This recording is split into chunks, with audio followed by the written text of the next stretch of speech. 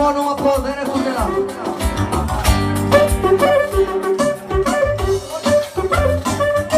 Ia reține!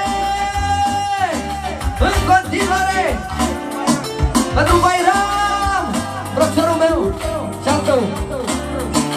Pentru saxofonul lui Fermeca! Pentru Alex Moranu! Costică! Claudiu!